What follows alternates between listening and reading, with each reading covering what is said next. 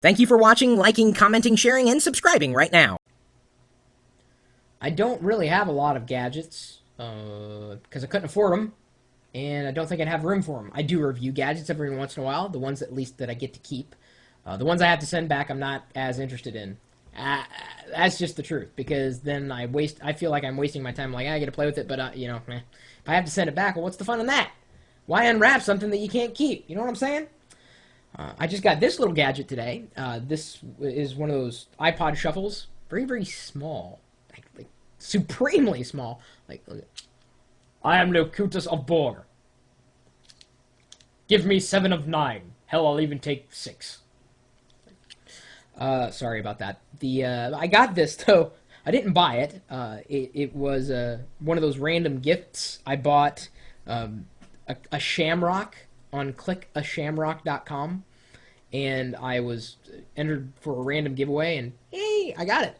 And it's not because Advertise Here Forever, the same guy, is a sponsor of our video cast. I'm like, oh, it's kind of cool. Clickashamrock.com, yeah. I was like, it's probably going to be a big hit around, St. Patrick's Day.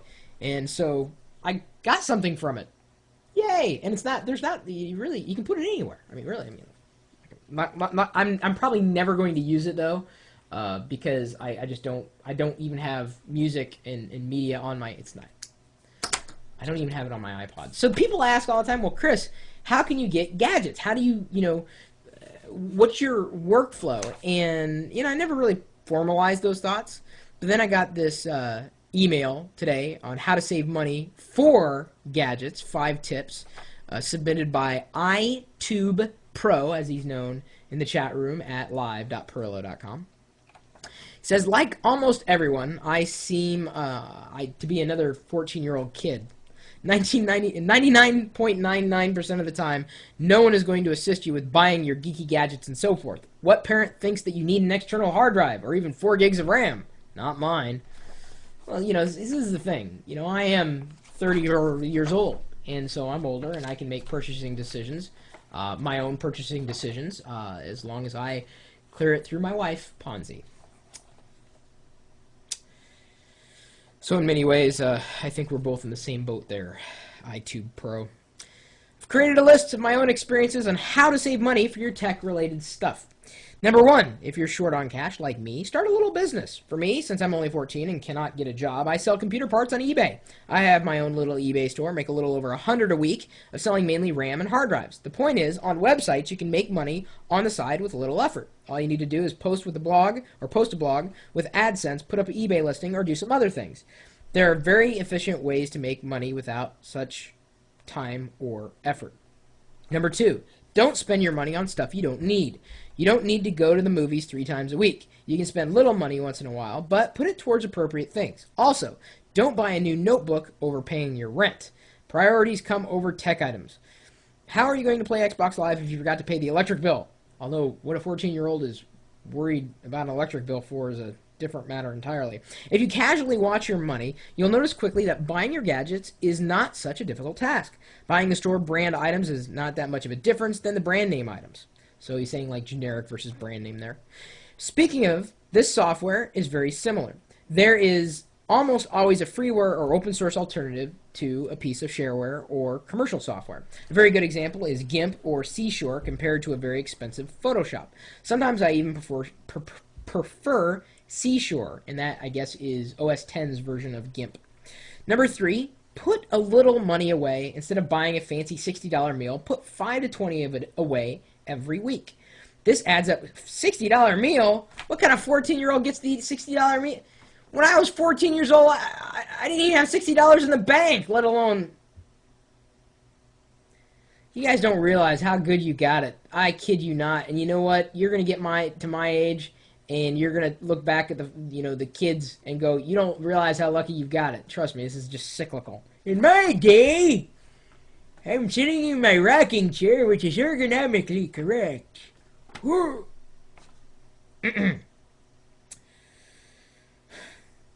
This adds up quickly. You won't even notice how quickly you will have money to buy the latest video game or something similar. Putting the money in the bank is also a good idea, as you cannot touch it as easily as it would be if you had it in your wallet. That's true. 4. Look smart for good retailers and discounts. As I know you, he's talking about me, have some really amazing coupons for software and stuff like that. There are other retailers out there. He buys a lot of electronics online and finds coupons and discounts. See here, blah, blah, blah, blah, blah. Just look around before you pay an extra $100 for an item. And as he notes, I've got coupons and discounts and bargains listed on my blog, certainly easily accessible. Coupons.lockergnome.com is where I perform most of my searches. Number 5, most geeks, including me, have a bunch of techie items that we don't need, but others want. I bought an iPhone a few months ago. Why would I need a 5th gen iPod Classic? Sell it on eBay or Craigslist to make money of the price of your iPhone. This works very well with video games, as EB Games and other gaming stores like gaming pawn shops. They buy your old games for cheap prices, and you can use that money to buy new games. Sell your old hard drive after you 7 times zero out all the data with Derek's boot and nuke, for instance. Get rid of all the RAM you just upgraded from. You don't need anything. Don't throw it away. Sell it. And iTube Pro, good perspective, good suggestions, good list. I think you're, as I said, very, very lucky, but anybody could do this. Anybody has a chance of making money on the internet, selling old parts.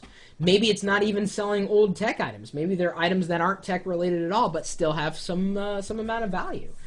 eBay's a wonderful place to both buy and sell items. Of course, having a blog and making money that way, it's good, but it can be somewhat of a challenge. I think you'd have a better chance of making money by doing things on or through eBay than you would, just posting content to the web. It's fun to post content, but I'm lucky to have some pretty good sponsors along with me. So I've been able to build that into my entire model, and passing that back to the community is also important. It's the reason why we post the coupons. So those are his ideas about how you can really start to acquire gadgets. The one I'd want to underscore is sell the ones that you're replacing to help buy the new ones. I do that all the time. I only now have 2 digital cameras, and to buy this one, I ended up selling 2 digital cameras and made money back, I should say, because this was cheaper, and it suits me just fine. And otherwise, they were just sitting on the shelf collecting dust. I sell stuff all the time. I don't really have anything that I need to sell. I'm kind of looking around right now, and I pretty much need everything that I've got. Otherwise, I probably wouldn't have it. I'd have gotten rid of it by now. So if anybody else has got any tips related to gadgets, acquiring gadgets, buying gadgets, selling gadgets, anything related to what we talked about, or maybe beyond, you can send me an email, chris@pirillo.com, so long as the email is very well composed, very well written. Usually the shorter lists don't make it to videos because they're just a little anemic, and you didn't put much effort into it. Obviously, you put an effort into this, and that shows. So good luck, especially as you grow into an adult and do have to worry about electric bills, because let me tell you, it ain't fun when you have to pay the piper or the electric company. Now, if you're like me, the electric company also happens to be a piper, a bagpiper, and it gets a little annoying, especially when the power goes out and he tries. The first, the power's out because you hear Amazing Grace, echoing from the hills of Seattle. Anyway, if you want to join us in our chat room, we're open 24 hours a day. We're typically talking tech, hardware, software, internet. We do talk about gadgets every once in a while when they float across my desk. They kind of slide, really. More of a sliding. This thing is small. I thought I had a smaller one before with the iRiver Clicks. I have one of those. I love that thing. Talk about something I should sell. I love this. The iRiver Clicks. They're 2 really different devices entirely, but I like the iRiver Clicks because it synchronized with my Urge subscriptions, which I no longer have. It melted into Rhapsody. Maybe I should sell it. I don't know. How much is the iRiver Clicks worth? I haven't touched it for years. But I hold on to it because, I don't know when I'm going to need it. Maybe I should sell it. I don't know. Make an offer. Anyway, you're welcome to join us anytime, day or night, at live.pirillo.com. We'll see you later.